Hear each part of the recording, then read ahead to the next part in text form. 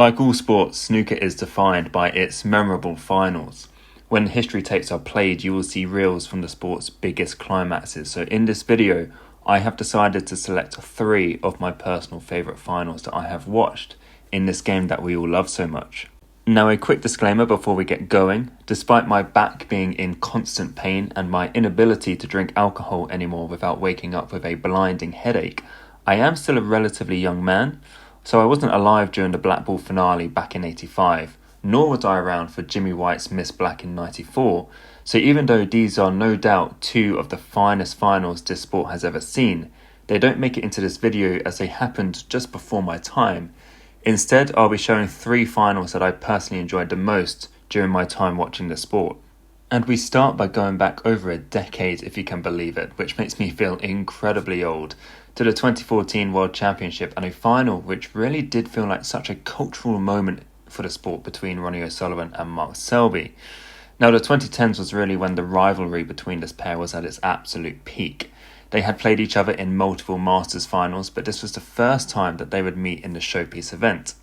At this time, O'Sullivan was going for his 6th world title and his 3rd in a row, having won in 2012 and again in 2013 after taking a year from the sport. Mark Selby, on the other hand, was yet to land a world title despite having 3 Masters and 1 UK title to his name. Now, if he lost, Selby would also become the first player to lose in all 3 Triple Crown event finals in the same season, having lost to Neil Robertson at the UK Championship and then to O'Sullivan in the Masters a month later. So the stage really was set for a blockbuster final, and it was a final that at the time O'Sullivan was a fairly strong favourite for. Of course, both these players are fairly evenly matched, and Selby had O'Sullivan's number in multiple Masters finals beforehand. But the reason for this is not just because O'Sullivan was the double defending champion at the time, but he had also had the luxury of having the Saturday before the final off, as he had dismantled Barry Hawkins in the semi-finals with a session to spare. Meanwhile, Selby's semi-final with Neil Robertson went late into Saturday night and was expected to have taken a lot out of him. And on the first day of the final, that seemed to be the case. O'Sullivan was the stronger player throughout, leading 3-0, 8-3 and 10-5 throughout the opening sessions, with Selby just about able to hang on to his coattails. But it was at 10-5 when I personally think the match changed.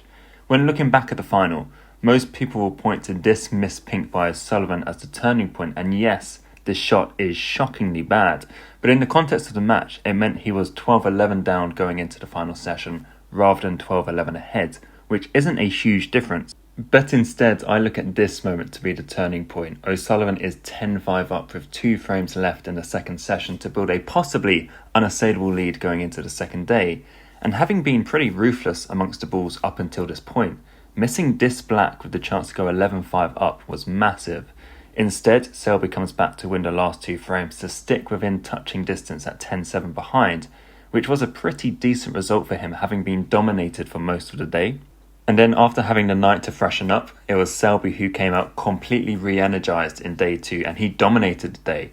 The average frame time went up, the frames became scrappier, and Selby was really able to dig his claws into O'Sullivan, and from 10-5 behind, found himself going into the final session with a 12-11 advantage. And the final session really was a cracker. O'Sullivan came out with a ton to level up the match, but Selby still managed to stick to that game plan of his and fend off absolutely everything that O'Sullivan threw at him. And from 15-14, when the match looked like it could be going the distance, Selby found a 3-frame burst, including a fantastic mini clearance in the final frame, when he had been 56-0 behind to take the match and clinch a maiden world title. And that final really has stayed with me ever since. You had the genius of O'Sullivan against the granite of Mark Selby for 4 sessions across 2 days of snooker. You had a classic Mark Selby comeback, and the whole way through you could sense that added little bit of needle between the pair as well. It is a final truly worthy of multiple rewatches, unless of course you're an O'Sullivan fan. And then moving on to the second match on my list, which is from another World Championship final, this time a few years later. The showpiece event in 2018 brought together 2 of the class of '92 in what I believe to be the best World Championship final we've had for the past 20 years. Not only did you have 2 of the sport's best ever players producing 4 sessions of brilliant snooker that led to a dramatic finale, but it was also the closest we have gotten to a deciding frame at a World Championship final since Everton beat Hendry in 2002. And much like the final in 2014, the context of this final was just as important as the actual quality of the snooker that was played. Two legends who had been at the top of the sport for 25 years were playing against each other in a World Championship decider for the first time. John Higgins was going for his 5th world title and his first since 2011, whilst Mark Williams, he was going for his 3rd in what was his first World Championship final since he last won the title back in 2003. Now, I remember this entire match vividly, mostly because of the fact that it happened during my final year of university, and I had an exam the morning after the final, so I really did need the final to be wrapped up nice and early so that I could get myself ready for the next day. And there were multiple points during the final when it looked like that would be the case. Most of the final had followed the same pattern where Mark Williams looked to be building a strong lead, only for Higgins to come back at him.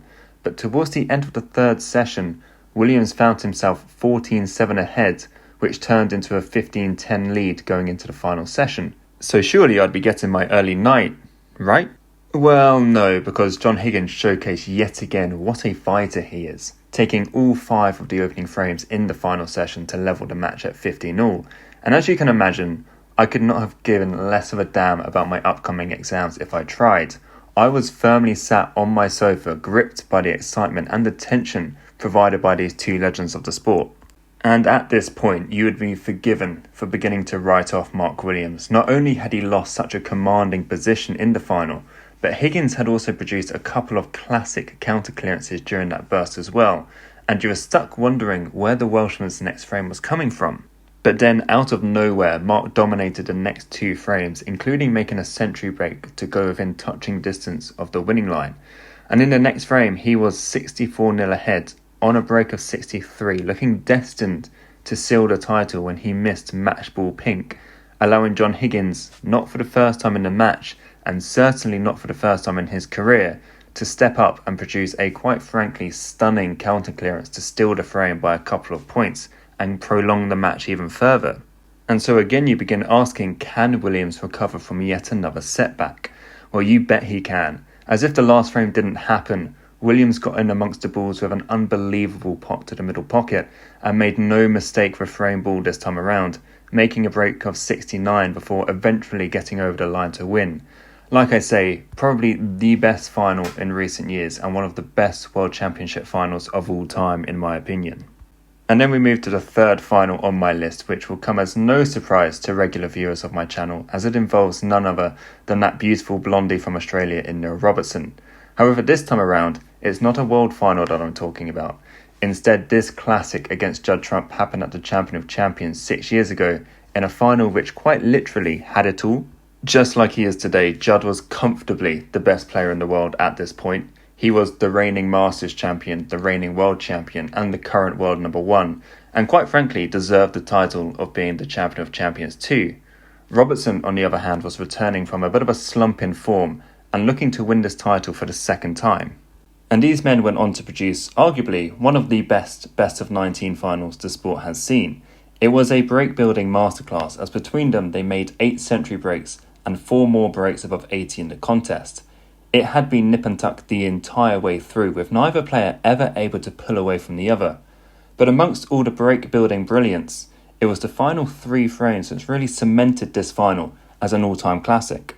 At 8 frames all, the frame went down to the final 3 colours, with Judd needing a snooker, and he managed to get the penalty points he needed before knocking in a quite brilliant blue to go on and steal the frame and move 1 away from the title. Then in the next frame, Judd was in and produced a break of 69 to put himself in the snooker's required stage and have 1 hand on the trophy he had not won before. But in a carbon copy of the previous frame, the player needing the snooker managed to get it, get the penalty points required, and just to ramp up the drama even more, Robertson then went on to clear up and force a respotted black. And with the tension at its highest, Judd missed a long-ranged attempt at the black, leaving it over to Neil to force a deciding frame in a match that really did deserve one. And so at this point, it really did feel like all the heavy scoring from earlier in the final had disappeared, and we were left with a tension-filled finale.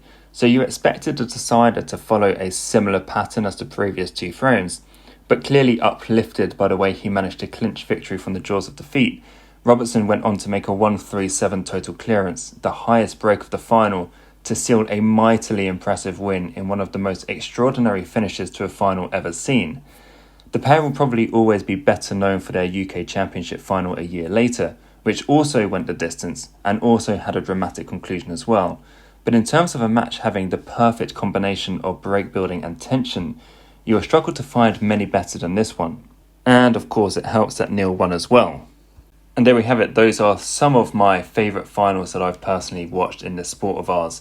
There have been so many memorable ones that I could have included a handful more in this video alone. But as always, let me know in the comments which finals would make your list. This topic is so subjective that there's not really any final that could be off limits. It could be your favourite player winning a title, it could be how dramatic you felt the match was, it could be how entertaining you felt the match was. But yeah, let me know which finals would make your list. And I may make more in the future, as like I say, there are just so many, just from recent memory alone, that you could make a video on.